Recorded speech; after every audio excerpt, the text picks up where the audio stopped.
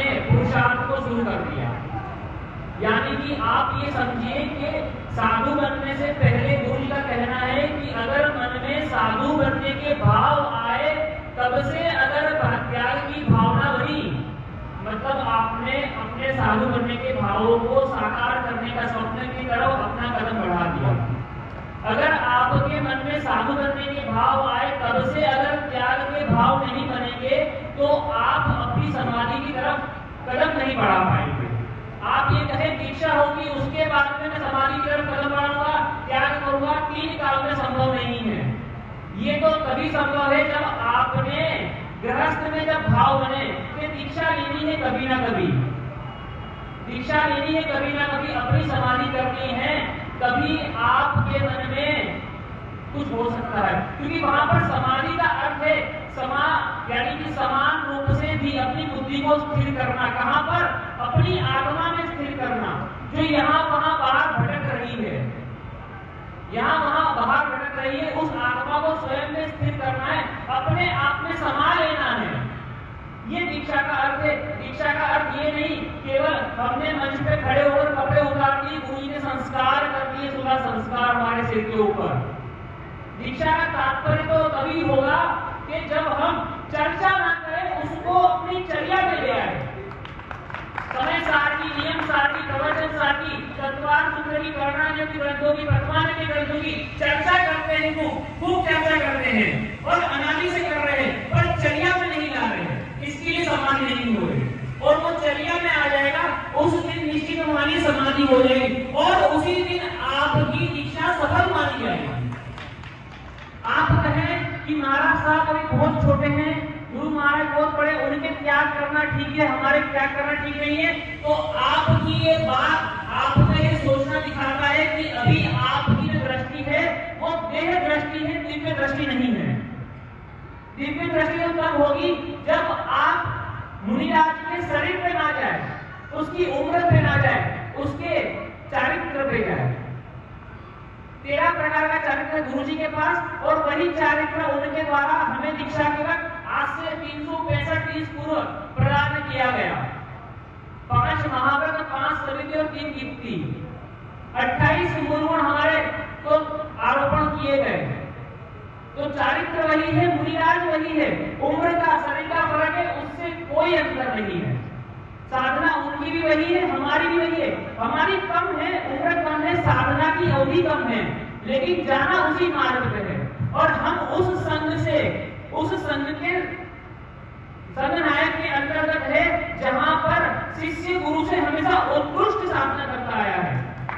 आप देखिए सरल सागर जी महाराज को देखिए, आचार्य विद्यासागर जी महाराज के शिष्य, और साधना में देखिए कहां है।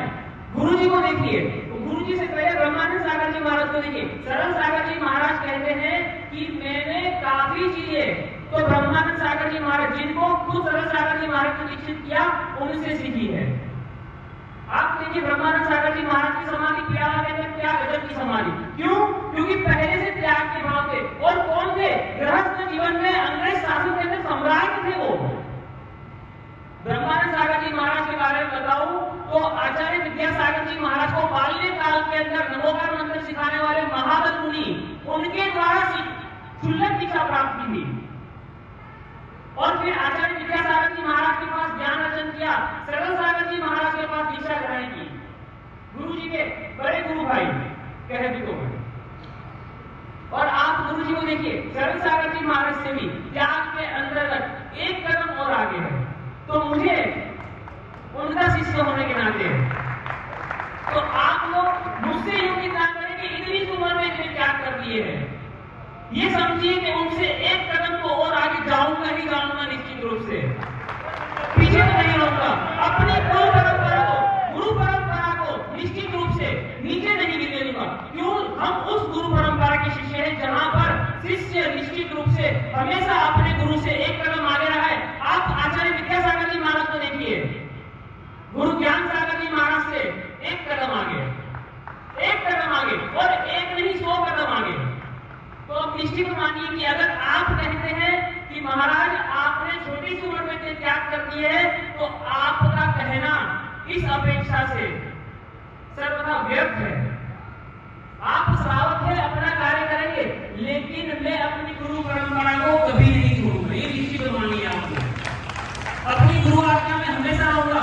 और ये भी मानिए कि दीक्षा ली है तो समाधि करने के लिए, चाहे आज हो, 10 वर्ष बाद हो या 100 वर्ष बाद हो, लेकिन उसकी तैयारी को बाल्यकाल से ही करनी पड़ेगी। निश्चित मानिए, जो तैयारी मैं कर रहा हूं वो उसी के लिए है, ठीक है ना। तो आप लोग सब उसी के अंतर्गत मेरे सहायक बनेंगे, क्योंकि श्रावकों से साधु किस अपेक्षा से सहायता मांगता है? 3 अपेक्षा से, आहार, विहार और निहार। ये 3 के अलावा साधु को श्रावक के पास जाने का कभी कोई काम नहीं पड़ता, ना पड़ा है ना पड़ेगा, ठीक है ना। तो आप लोग जब हमें इसके लिए सहकारी होंगे तो निश्चित मानिए कि आपने हमारी समाधि के अंदर सहभागिता दर्ज करवाई है। निश्चित मानिए आप लोग कहीं पर भी पीछे रहिए, और ये मानिए कि आपने अपनी सहभागिता स्वयं की समाधि के लिए भी दर्ज करवाई है।